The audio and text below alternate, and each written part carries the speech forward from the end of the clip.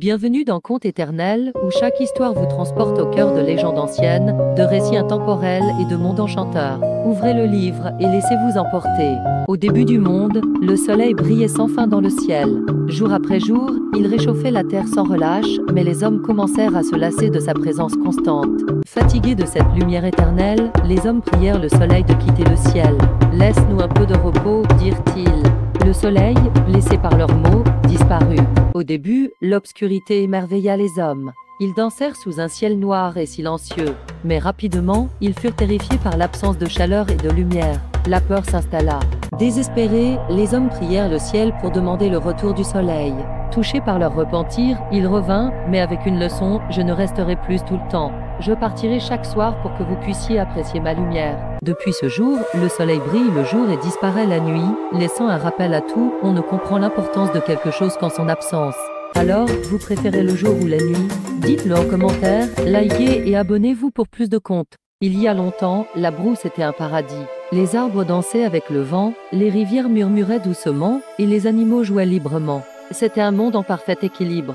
Mais les hommes, poussés par la cupidité, abattirent les arbres pour construire des villages et chassèrent les animaux pour leur plaisir. La brousse devint silencieuse, mourant peu à peu. Un jour, la brousse se rebella. Les arbres tombés se transformèrent en épines, les vents doux devinrent des tempêtes, et les hommes furent chassés par les ombres menaçantes de la nature. Dans leur désespoir, les hommes consultèrent un sage. Il leur dit: « La brousse est vivante. Si vous la détruisez, elle vous détruira. Mais si vous la soignez, elle vous nourrira pour toujours. » Les hommes comprirent leur erreur. Ils replantèrent les arbres, protégèrent les animaux, et la brousse leur rendit ses fruits et sa générosité. Depuis, ils vivent en harmonie avec elle, car ils savent que la brousse est leur maison. Et toi, que ferais-tu pour protéger la brousse et notre planète? Partage tes idées en commentaire, aime la vidéo et abonne-toi pour découvrir d'autres légendes éternelles. Au cœur de l'Afrique, sous le soleil brûlant de la savane, un arbre immense s'élève, le baobab. Silencieux, immobile, il intrigue. Pourtant, certains villageois le regardent avec moquerie. Un jour, un groupe d'hommes s'approcha et éclata de rire. « Regarde-toi, baobab, tu ne bouges jamais, tu restes planté là, sans rien faire, tandis que nous avançons, nous explorons le monde. » Le baobab, impassible, répondit doucement: « Vous courez dans toutes les directions, mais oubliez souvent ce qui est essentiel. Moi, je ne bouge pas, mais mes racines vont chercher l'eau, même au plus profond de la terre. Grâce à elles, je nourris la vie qui m'entoure. » Les hommes restèrent sans voix. Ils réalisèrent que, malgré son immobilité, le baobab offrait de l'ombre, des fruits, et même une source de vie cachée dans ses racines. Sa sagesse leur montra une force qu'ils avaient ignorée. Depuis ce jour, ils apprirent que bouger sans but n'est pas toujours une force. Parfois, c'est dans la stabilité et la profondeur qu'on trouve la véritable puissance. Le baobab devint pour eux un symbole de sagesse et de patience. Il y a longtemps, le feu et l'eau vivaient en harmonie dans un village africain, jusqu'à ce qu'un jour, leur rivalité éclate.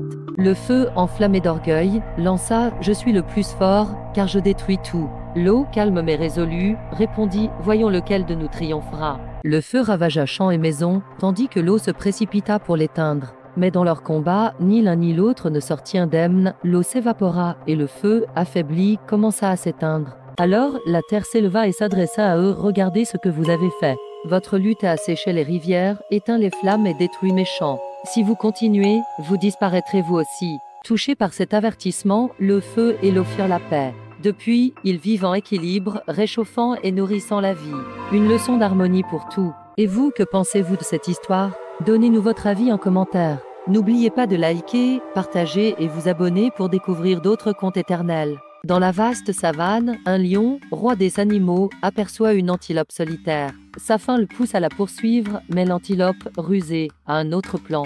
L'antilope, sans paniquer, parle au lion: « Épargne-moi, et je te montrerai où se trouve mon troupeau. Là, tu pourras choisir une autre antilope pour ton repas. » Le lion, intrigué, accepte l'offre. Elle mène le lion à travers les collines, à travers la savane, jusqu'à un grand troupeau d'antilopes. Mais au lieu de les livrer, l'antilope a un autre plan. À l'instant où le lion se prépare à attaquer, l'antilope pousse un cri perçant, et tout le troupeau se lance à l'attaque. Les antilopes, solidaires, entourent le lion. Pris au piège et furieux, le lion, surclassé par la force et la rapidité des antilopes, doit fuir pour sauver sa vie. Parfois, même la plus grande force ne peut résister à l'intelligence collective. Et toi, tu te relis à la force brute ou à la ruse stratégique? Laisse un commentaire, like si tu as aimé, abonne-toi pour plus d'histoires et partage avec tes amis qui ont l'esprit de la ruse. Merci d'avoir voyagé avec nous à travers ces contes éternels. N'oubliez pas de vous abonner pour découvrir d'autres récits magiques et inspirants. À bientôt pour une nouvelle aventure.